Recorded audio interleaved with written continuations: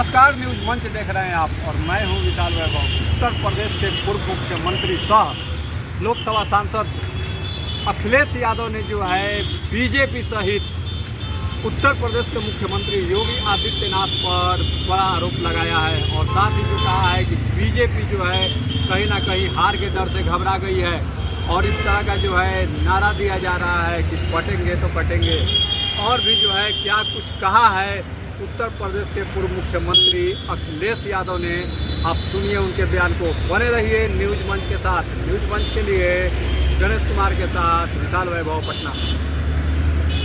प्रशासन समय समय पे निष्पक्ष कार्रवाई करे। प्रशासन अगर जनता की सुनने लगे तो आज घटना जौनपुर में जो हुई है ऐसी घटना नहीं होती। प्रशासन और सरकार के लोग न्याय नहीं दे पा रहे, इसीलिए इस तरह की घटनाएं हो रही हैं। जौनपुर में इससे पहले एक बिंद परिवार के नौजवान को पीट पीट करके पुलिस ने मार दिया।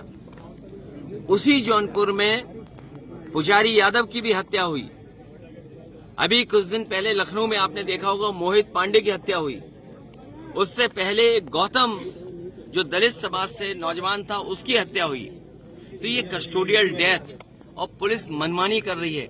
इतना करप्शन और भ्रष्टाचार कभी नहीं हुआ होगा जितना इस सरकार में हो रहा है। और बीजेपी वाले बचाने वाले लोग नहीं हैं, बीजेपी के लोग फंसाने वाले लोग हैं। ये लोगों को फंसाते हैं, बचाते नहीं है, फंसाते हैं। और बीजेपी किसी की सगी नहीं है, ये हमसे मत पूछो, ये बीजेपी वालों से पूछो। और बीजेपी वालों से बेहतर कोई नहीं जानता होगा कि बीजेपी वाले किसी के सगे नहीं है। बट जहां तक चुनाव का सवाल है, 9 जगह चुनाव हो रहा है और एक जगह चुनाव नहीं हो रहा है। आपको याद होगा प्रदेश के मुख्यमंत्री जी सबसे ज्यादा उसी विधानसभा को लेकर के चिंतित थे, उसी विधानसभा को लेकर के समीक्षा की गई, उसी विधानसभा को लेकर के कई यात्राएं की उन्होंने। फैजाबाद, अयोध्या, वो लगातार जाते रहे।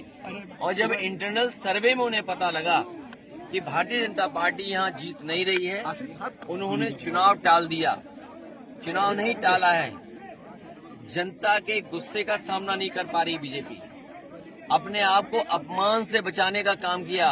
ये हार का अपमान फिर उन्हें सहना पड़ता। 9 उपचुनाव जहां हो रहे हैं, भारतीय जनता पार्टी सरकार के अधिकारियों को आगे करके चुनाव लड़ रही है। बीएलओ, चुनाव से संबंधित अधिकारी, जिला अधिकारी,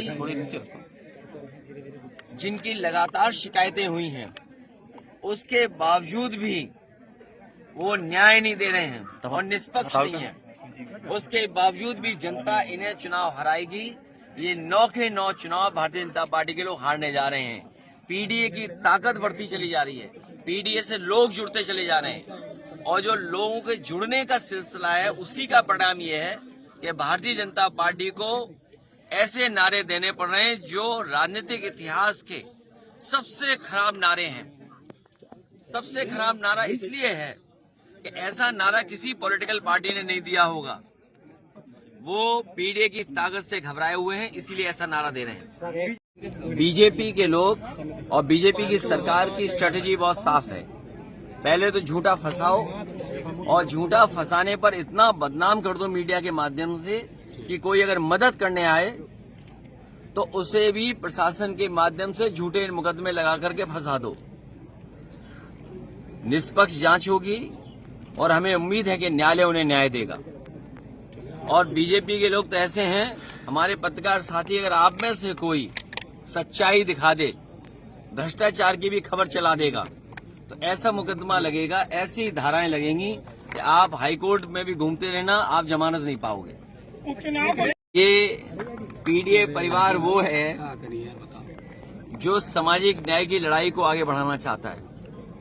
ये पीडीए परिवार वो है सामाजिक सद्भाव को आगे बढ़ाना, जो लोकतंत्र, संविधान, बाबा साहब भीमराव अम्बेडकर जी का और लोहिया गांधी के देश को जो खराब कर रहे हैं उनको बचाने वाला ये है।